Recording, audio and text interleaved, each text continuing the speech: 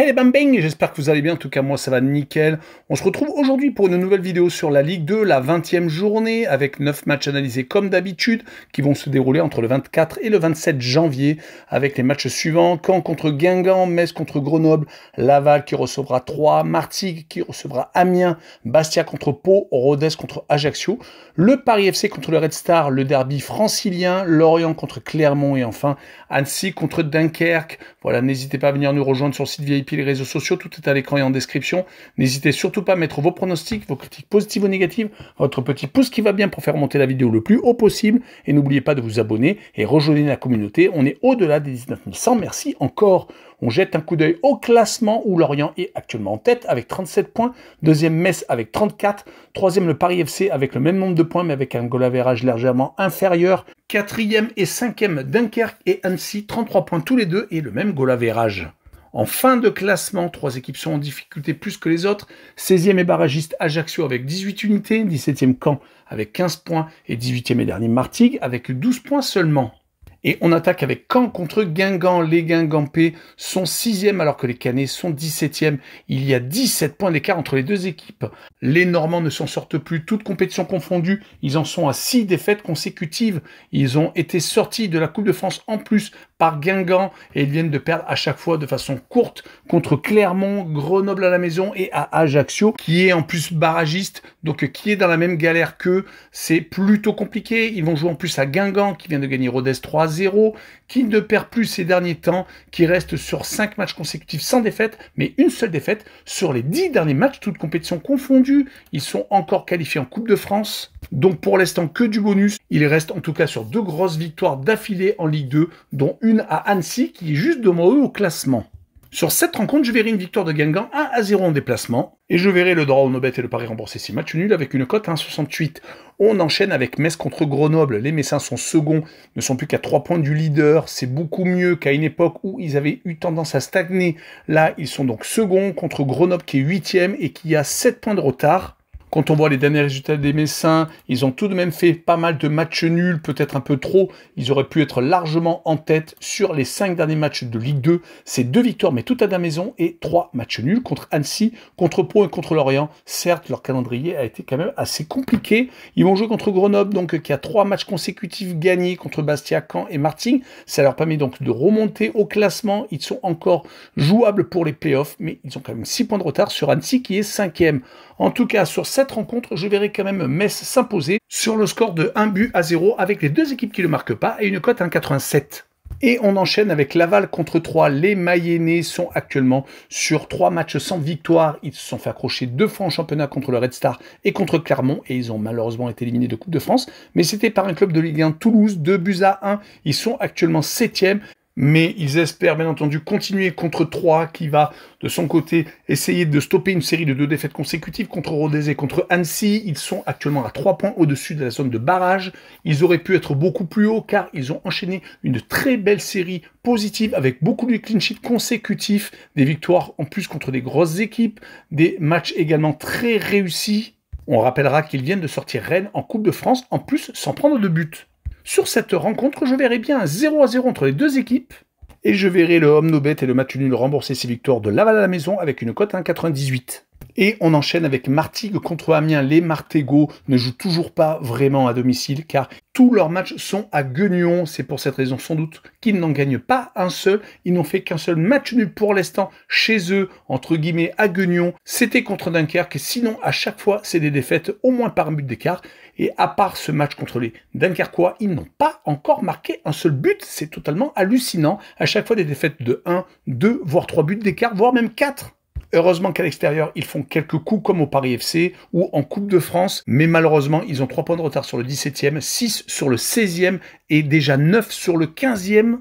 Il va falloir mettre les bouchées doubles pour peut-être espérer se sauver. Ils vont jouer contre Amiens qui est actuellement 10e, qui a 7 points de retard sur Annecy pour peut-être espérer se qualifier pour les playoffs. Mais quand on voit leurs derniers résultats, heureusement qu'ils ont gagné Bastia, sinon c'était défaite sur défaite. Ils ont été sortis de la Coupe de France. Ils ont également enchaîné les revers, malheureusement 3 consécutifs. 7 buts encaissés sur cette période.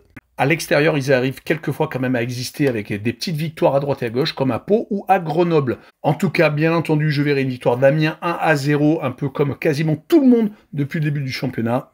Et je verrai la double chance N2 et moins de 3,5 buts sur le match avec une cote 1,66. On poursuit avec Bastia contre Pau. Les Bastiais sont 11e alors que les Palois sont juste au-dessus à la 9e place. Il n'y a que 2 points d'écart entre les deux équipes.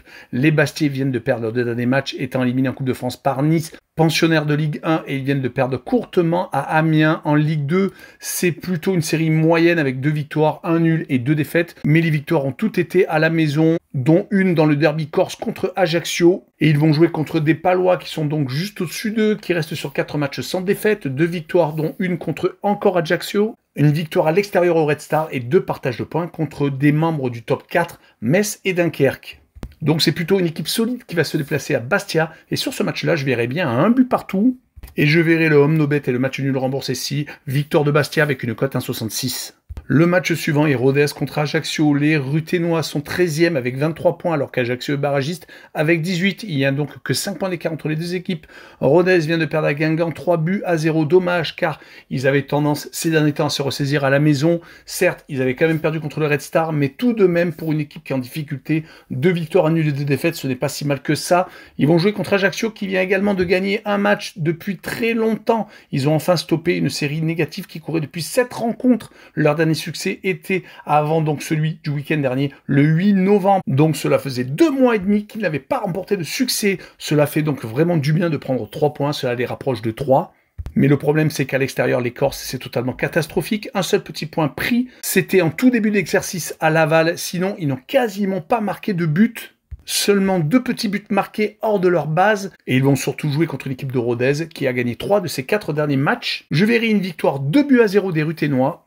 Et j'ai envie de tenter le plus de 1,5 but pour l'équipe à domicile, avec un petit peu de chance, une petite mise, ce sera suffisant, et une cote 1,93. On poursuit avec le derby francilien, le Paris FC qui reçoit le Red Star. Les pensionnaires de Charletti doivent arrêter de perdre des points sur les 4 derniers matchs. C'est tout de même 3 défaites contre Lorient, contre Martigues le dernier et à Metz. Ils ont pris beaucoup trop de buts. Heureusement qu'ils ont battu Amiens, sinon ils seraient beaucoup plus loin que les 2 premiers. Heureusement, ils n'ont que 3 points de retard sur Lorient qui, de son côté, a eu quelques loupés, mais on va y revenir. Ils vont jouer contre le Red Star qui est promu cette saison, qui n'est qu'à 4 points du barragiste, mais qui vient de perdre à la maison contre Pau, qui avait fait une très belle opération juste avant avec une belle série d'invincibilité, 4 matchs exactement de Ligue 2 où ils avaient réussi à accrocher des victoires contre Grenoble et Rodez et à accrocher également des matchs nuls contre Bastia et Laval. Attention à la rechute, surtout que le Paris FC va vouloir s'imposer. Sur cette rencontre, j'ai envie de mettre un match accroché et un but partout avec les 2 équipes qui marquent et une cote à 1,89. Et on poursuit avec Lorient contre Clermont. Les 2 anciens pensionnaires de Ligue 1 vont se rencontrer. Lorient est beaucoup mieux, bien entendu, que les Auvergnats. Lorient est leader et assume son statut de favori pour remonter avec 37 points, 13 points d'avance sur Clermont, qui est 12e, qui est en train de se libérer un peu de la zone de relégation et de la zone de barrage. Ils ont 6 points d'avance sur Ajaccio, mais ce n'est pas suffisant car ils se font beaucoup trop accrocher, même si en Ligue 2, sur les 5 derniers matchs, c'est 2 victoires, 2 nuls et une défaite. Donc un parcours d'équipes qui peuvent peut-être espérer les playoffs, mais ils ont beaucoup trop de retard, 9 points sur Annecy qui est 5e. Du côté de Lorient, une très grosse victoire, très importante à Dunkerque, le week-end dernier, 1-0. Ils avaient pourtant été sortis juste avant en Coupe de France à Cannes, un membre de National 2. Ils avaient peut-être accusé le coup, mais ça va peut-être les libérer pour peut-être remonter directement dans l'élite. Ils avaient également accusé une série de 3 matchs sans victoire, donc cette victoire à Dunkerque est très importante pour les têtes. On pourra en tout cas noter que Lorient, avant le match nul contre Metz, le 11 janvier, avait enchaîné 8 victoires consécutives chez eux, marquant toujours au moins 2 buts. Clermont, de son côté, va beaucoup mieux hors de ses bases, 3 succès sur les 5 derniers déplacements, mais les 2 défaites ont été à chaque fois 2-0, donc je verrai sur ce match-là une victoire de Lorient 2-0, et je verrai le plus de 1,5 but pour le leader et une cote 1,76.